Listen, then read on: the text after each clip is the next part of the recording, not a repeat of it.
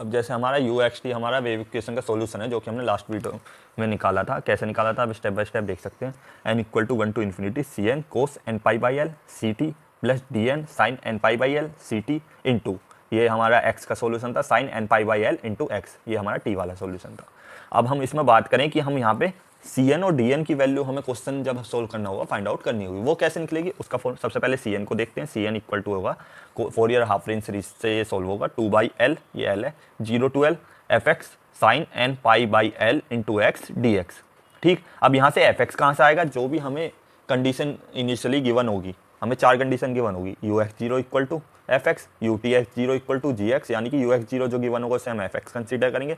You का t के respect में डिफरेंशिएशन करके पार्सली एक्स जीरो पुट करने पर जो वैल्यू आएगी उसे हम जी एक्स पुट करेंगे, और यू जीरो टी और u l t equal to zero, ये हमें सभी हीट वो वेव इक्वेशन के सॉल्यूशन में गिवन होगा। तो इसकी हेल्प से हम एफ एक्स निकाल लेंगे, किसकी हेल्प से, यू एक्स जीरो जो भी हमें गिवन होगा वो हमारा एफ एक्स होगा।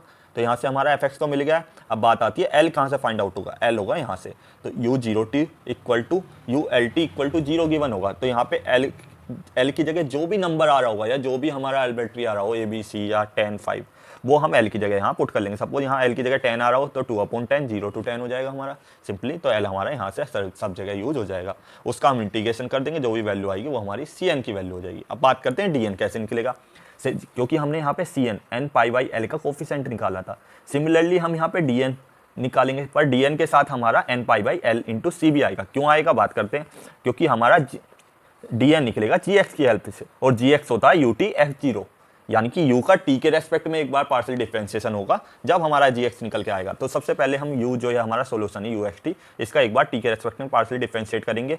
तो ये तो x वाली टर्म है, ये कांस्टेंट की तरह बाहर रहेगी, इसका होगा डिफरेंशिएशन पूरे का। तो कोस का करेंगे तो हमारा साइन आ जाएगा, और ये जो हमारा एन पाई बाई एल ये हमारा इंटू सी ये बाहर आ जाएगा, क्योंकि इसका भी डिफरेंशिएशन होगा। सिमिलरली हम यहाँ पे साइन का करेंगे तो कोस आ जाएगा, और एन पाई बाई एल बाहर आ जाएगा into D N.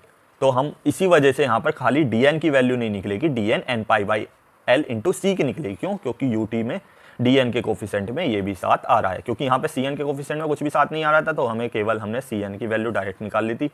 C n equal to 2 by l से फोरियर हाफ रेंज पर डी एन के वैल्यू में हम क्या करेंगे, फोरियर हाफ रेंज सीरीज की वैल्यू इक्वल टू रखेंगे d n into n pi c by l. ये बात ध्यान रखने की है, यहाँ पे इसके साथ मल्टीप्लाई जरूर होगा, क्योंकि ये कोफिशिएंट में हमारा डी एन के साथ आ रहा है, क्योंकि यहाँ पे यू टी के रेस्पेक्ट में करते हैं और जी हमारा यूज होता है।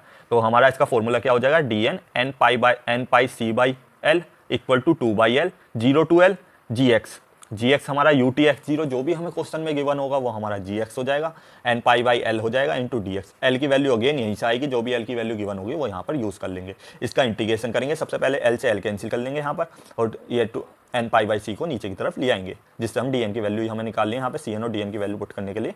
तो यहाँ से हम डी एन की वैल्यू सोल्व करेंगे इंटीग्रल की हेल्प से, जो सी एन और डी एन की वैल्यू आएगी उसे यहाँ पर हमें फॉर्मूले में रख देना है। जैसे हम फॉर्मूले में रखेंगे हमारी वेव इक्वेशन की जो भी गिवन कंडीशन होगी उसकी हमारी सॉल्यूशन फाइंड आउट हो जाएगा।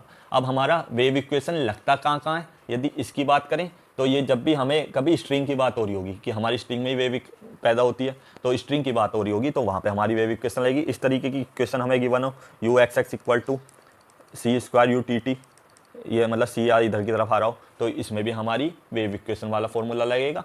तो इस तरीके से हमारी पहचान है। यदि हमें कुछ भी गिवन ना हो, स्ट्रिंग में हमें स्ट्रिंग की इक्वेशन का सॉल्यूशन निकालना हो, तो हम वेव इक्वेशन की हेल्प से निकालेंगे।